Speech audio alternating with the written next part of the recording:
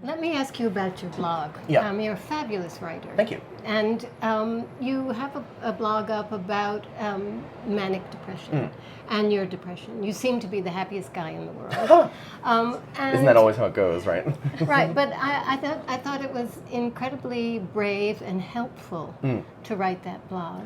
And a lot of young composers, a lot of young musicians go through periods of darkness. And for yourself, how do you get yourself out of those moments? Well, interestingly, I mean, part of why I wrote what I wrote was that I had a little window of super clarity for a second, which I hadn't had in maybe a decade, and which, it was unclear, sort of psychopharmacologically, whether or not I was going to continue in being so lucid. So I thought, okay, I can see this thing in 3 dimensions now. I've really got to describe it. So I started writing it as a kind of just like a letter to an imaginary friend, sort of. I mean, or a couple people, and then I thought, well, you know what? Actually, like this is useful. I think this will be useful. And primarily, what it is it's 3 things. Mental health here, I think, is actually not that stigmatized. And I say that because I spend half the year in England, and those people don't talk about it at all. And first of all, they're all completely batshit crazy. And I mean, it's like if anyone needs to be on like imiprim, it's really crazy. So, but stigma isn't even the word for it. It's just not spoken of. And like I have friends who are on like a dose of Prozac that's like the teeniest. It's nothing. It's like Upper East Side Prozac, like whatever. It's like, and they like hide the pills in these little things, and they basically like have a tearful coming out to you that they're on an antidepressant. Whereas in New York, we talk about it like going to the bodega. No, I mean, seriously, we're like, oh, Dr. Rosenfeld, you wouldn't believe what he was wearing today, and he was trying to prescribe me on this, and I can't believe it. I mean, it's, I talk about, I know when my friends' shrink appointments are, and I call them afterwards to find out how it went. It's like, so I thought, anyway, number one, get rid of the stigma, be happy talking about it. I'd like to, for me, it's interesting when people talk about their mental health the same way that people talk about diabetes. And I'm fascinated by diabetes because I don't have them. So I'm really like, but when people are diabetic, I'm like, so what you do? What's that? Like, you stick it in your neck? Like, I want to know what's going on. I want to know what the practical management of such a disease is like.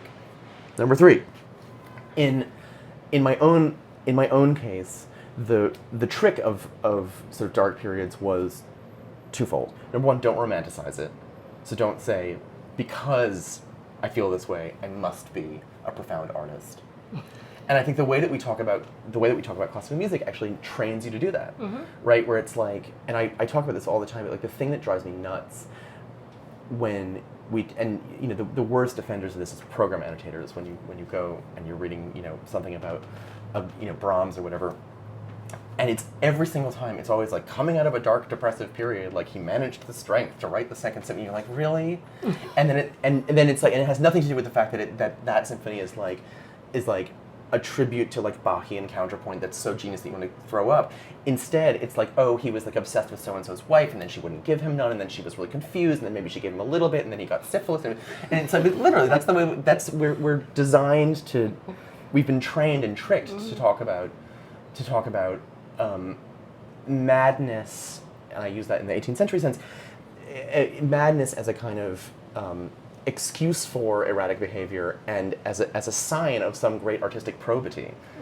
See also, King Ludwig, who was crazy but gave us Wagner, or whatever, or I mean, I think the Romantics are kind of the worst at this, just because there's this obsession with linking, right, brilliance, musical brilliance with personal trauma. And I hate the way that we talk about Beethoven.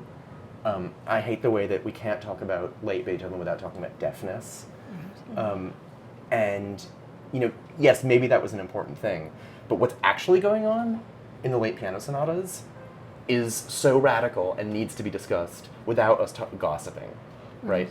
And so that was also sort of what I was interested in demystifying slightly, which is by saying, get rid of the stigma, feel comfortable talking about it. Don't romanticize it at all, and also just be able to recognize the difference between things that over which you enjoy control and things over which you do not enjoy control, which I know sounds a little bit like the Serenity Prayer or whatever, but actually, if as an artist, the thing that you can control, right, it is bow pressure and bow speed, right? That's what you can control. Literally, you can control bow pressure and bow speed, and are your fingers at in the right position.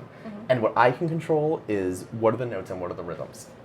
That's what we got, right? And so everything else is going to get in the way of the fundamental thing of, how are you going to tune that octave in the second movement of Sibelius Violin Concerto? Like, you're going to do a little high, a little low. That's the thing. That's the conversation we should be having, and everything else is just noise to stop us from having that conversation.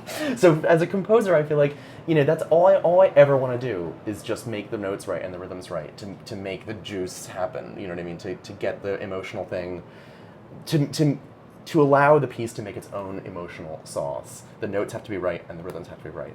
Everything else, we can do without.